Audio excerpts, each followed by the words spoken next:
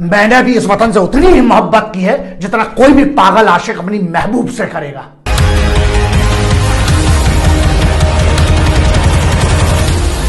वंदे मातरम।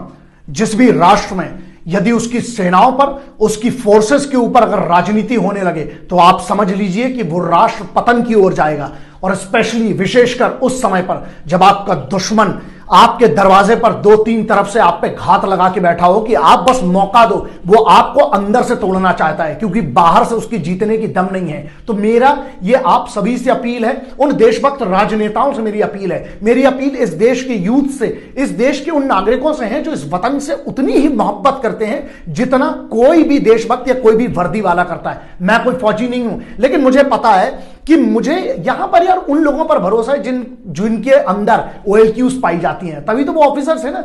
सेना का एक टॉप लेवल का जो नेतृत्व है ना, उसके खिलाफ पूरा एक प्रोपेगेंडा रचाया गया है। मुझे लगता है चाइना पाकिस्तान कंफर्म इसमें इन्वॉल्व हो सकती है, आगे चल के उसका पता आपको भी चल जाएगा।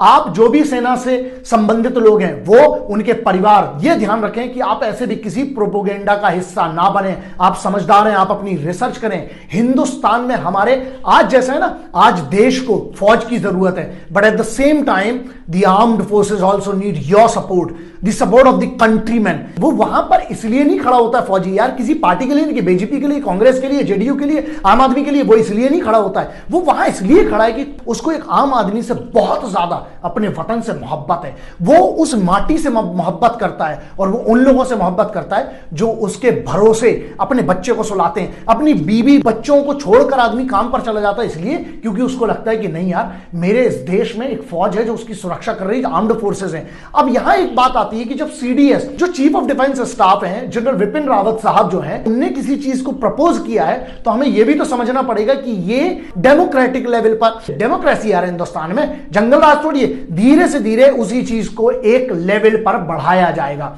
तो जो भी चीज होगी वो संसद से होगी, घर में बैठ के तो पास होगी ही नहीं। यहां पर कुछ पार्टीज प्रोपेगेंडा क्रिएट कर रही हैं कि हमारी सेना का जो सर्वोच्च, भारतीय सेनाओं के जो, स्पेशली अगर मैं CDS साहब की, उनने कोई चीज प्रपोज की है, पेंशन से रिलेटेड वो चीज है और सर्विस की एज बढ़ाने से रिलेटेड चीज है। मैं उसकी निटी-ग्रिटीज में नहीं जाता हूं, पूरा इंटरनेट पे डला हुआ, आपको जानना बहुत जरूरी है, लेकिन आपको भटकाया जाएगा। ये बड़े बड़े मुद्दों में थोड़ी आपसे बात करेगी, क्योंकि आप तो जो छोटे मोटे चिंधी चोर टॉपिक्स है ना, कहां कहां की चीजों पे ट्रेंडिंग चलता रहता है, क्या चलता रहता है। मैंने हमेशा से कहा है, मैं जब किसी चीज पर सर्वोच्च न्यायालय का निर्णय आता है ना, तब उसके बाद मैं उस प्रोपेगेंडा का हिस्सा नहीं बनता हूं जो ऑलरेडी चलाया जा रहा है 10 चैनल पर। 5 पक्ष में बोलेंगे, 5 विपक्ष में बोलेंगे। अब फौजियों के पक्ष में क्यों नहीं बात हो रही है? हिंदुस्तानी जो आर्म्ड फोर्सेस है, इस मुद्दे को देखना, कोई बताएगा भी नहीं, ट्रेंडिंग तो हो ही नहीं सकता है। क्यों नहीं होगा? क्योंकि यहां दो फड़ बढ़ जाते हैं। एक कहेंगे ये पार्टी गलत, दूसरा कहेगा वो पार्टी सही। मैं सिर्फ एक सीधी सी बात करता हूं, यार फौज को राजनीति से दूर रखो। जो इंडियन आर्म्ड फोर्सेस है उसके अलावा तुम्हें जिस पे राजनीति करना, जो लोग इसको धंधा समझ के गए हैं वो धंधे की तरीके से करें, अपनी ऐसी तैसी कराएं, हमें खंड फर्क नहीं पड़ता है। मैटर ये करता है इंडियन आर्म्ड फोर्सेस को, यार फौजियों को तो जरा इससे दूर रखो। अब आते हैं, एक पार्टी दूसरी पार्टी पे इल्जाम लगाती है कि चुनाव जीतने के लिए ये वोट की राजनीति में फौज को उपयोग करते, चाहे कोई भी हो। मैं बोल रहा हूं, मैं वचन देता हूं और इतनी कुवत रखता हूं, इतना तो मुझे अपनी परवरिश पे, अपनी ट्रेनिंग पे भरोसा है।